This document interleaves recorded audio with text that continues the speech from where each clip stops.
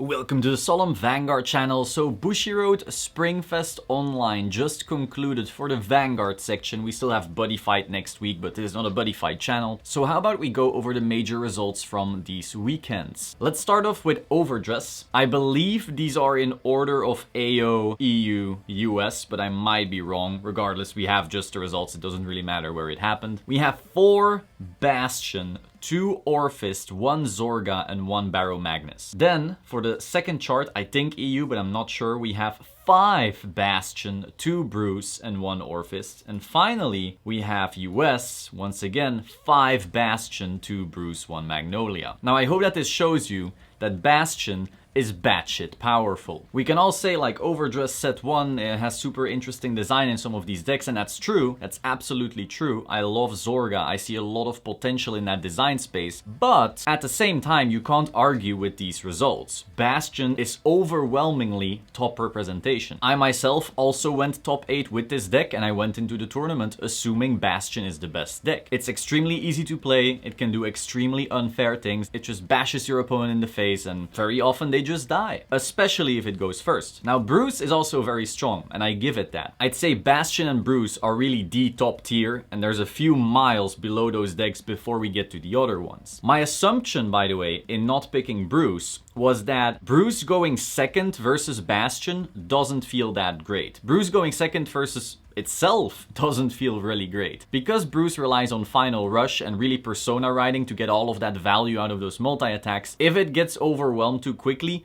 it really doesn't like that. You can say the same about Bastion, by the way. It doesn't have any shield early on, but this top representation, can't really be argued with. Now, also note how both of these charts have an Orphist in it, despite it actually not being that represented, and that caught some people off guard. Orphist is actually a pretty good deck that not many people were respecting, because it mostly just, you ride the thing, you get your tokens, and you bash your opponent in the face. Because of that, it doesn't really have to call much, so it can preserve hand, and so maybe it's just very, very consistent at what it does. Finally, we have 1 Zorga, 1 Barrow Magnus, 1 Magnolia. I'm not saying these decks are bad whatsoever, I just feel like Zorga is very fair in what it does compared to these behemoths that are Bastion and Bruce. And even then, in top representation, Bruce kinda looks pathetic in comparison to what these Bastion charts look like. Now, I'm not calling for bans or anything like that in this format because, well, we have the new collections coming out very soon, and since we're so early, it's very possible that one set completely changes everything. So for now, I'm not saying, oh, we need to hit Alden or bullshit like that, because it's entirely possible that all these tiers just get blown up in a month or two. Regardless, if we keep seeing these types of results, then there might be an argument. I don't think it's particularly fun to play Bastion Mirror after Bastion Mirror, and trust me, I played a lot of Bastion Mirrors in EU. The more you got to the top tables, the more likely it was that you were gonna have a Bastion Mirror. Next, moving on to Premium. Now, if you check out these charts, they're actually more diverse than Overdress as of right now. The current meta is definitely not my favorite, but I do believe it's still important, to keep context here. So we had our 3 Blade Master, we had our 1 Fenrir Loop, we had our Harry,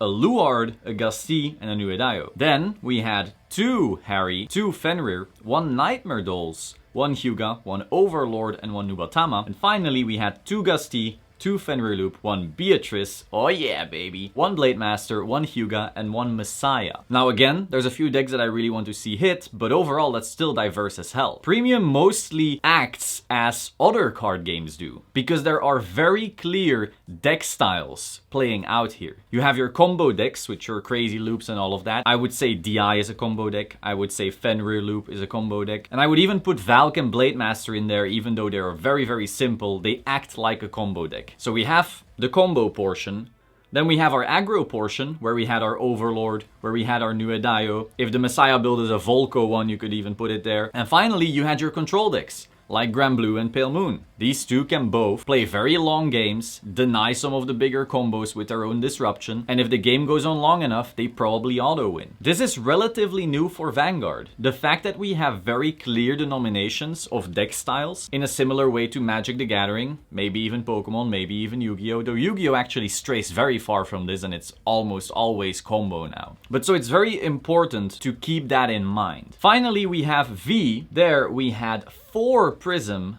2 Nitros, 1 Gabriel, and 1 Uranus. Then we had 3 Prism, 2 Luard, 1 Gabriel, 1 Spectral, and 1 Uranus. Finally, we had 3 Prism, 2 Luard, 1 Gabriel, 1 Messiah, and 1 Uranus. First of all, in my opinion right now, V Premium relies entirely on the existence of Prism. Prism is, in my opinion, and almost all the best players I talk to's opinion, Prism is the best deck. And if you notice, a lot of the decks that are able to top are decks that at least somewhat have an out to Prism. We see Uranus pop up in these 3 charts, and the thing that Uranus has going for it is that it plays with Valk, a very, very large attacker that can get a bunch of crits through Force 2 and just all of its drive checks. Prism usually runs critical sentinels, so it can't perfect guard that Valk. For that reason, if Valk or Uranus goes first, Prism has a tough matchup. Then we look at Nitros, same story. Those Skull Dragons get bigger than the critical sentinels, and once again,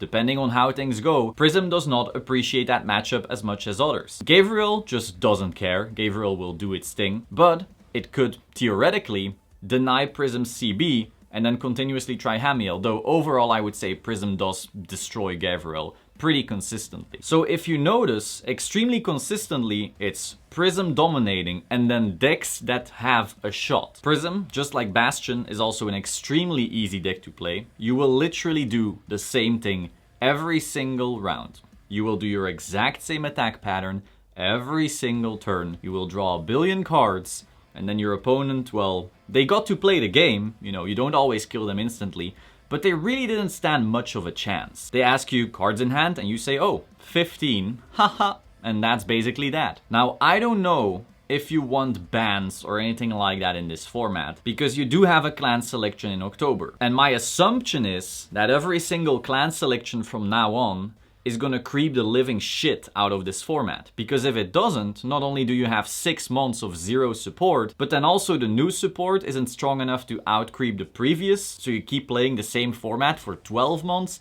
I don't think so. So I don't really know what the solution is for that specifically. I myself also played Prism. I only played it for 1 day because I had top 8'd in the EU, so I could only join NA. And there I went 4-2 drop, my loss being 3-2 pass, and the guy went crit, crit, crit for game. Outskilled V style. But overall, I also felt when playing that deck, wow, this is so ridiculously unfair. It's also the reason I played it. It's also the reason many other WCC members played it, and they did extremely well. Beyond that, Gabriel is also just extremely unfun to play against. And I think this is an important one to bring up. In Premium, in the past, people called for certain decks being hit, not because they were strong, but because they were unfun, because they didn't want to do the certain counterplays like damage denial and so forth. Well, now you have a deck like Gabriel, which you also need to damage deny, and if they get lucky, the damage denial doesn't even do anything. And then you also don't get to play the game, and they push you from 0 to 6. So Gabriel really feels like an extremely simple, sacky version of an older premium deck. And yet, almost no one is crying about it, which I find very, very odd. So if we're gonna be consistent, I would say, well, maybe you want to hit Gabriel in some way. Maybe you want to choice restrict the no-CL engine, so you can at least deny the Gabriel. And then I still find Prism overwhelmingly strong, but I don't know if the next clan selection might just completely invalidate it. But do people want to play months and months of this format to wait for that and hope that that outcreeps this deck?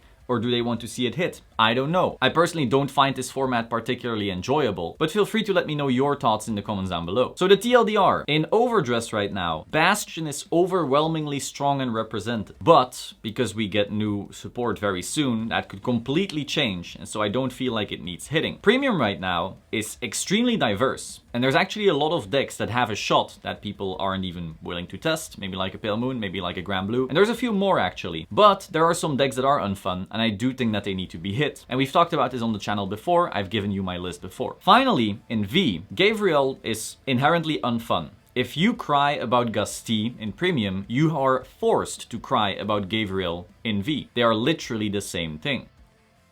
Though I do have to say, counting to 20 for Gusty is harder than hitting crits with Gabriel. And Prism, in my opinion, is the best deck by quite a mile, and these results do seem to back that up. So do you want to hit that? I don't know. But personally, I don't find it a particularly fun meta right now, especially given, once again, the Prism mirror. But do let me know your thoughts in the comments down below. I hope you found this interesting. I hope you enjoyed Springfest Online. I hope you did well. Like, comment, subscribe, and I will see you soon. Ciao.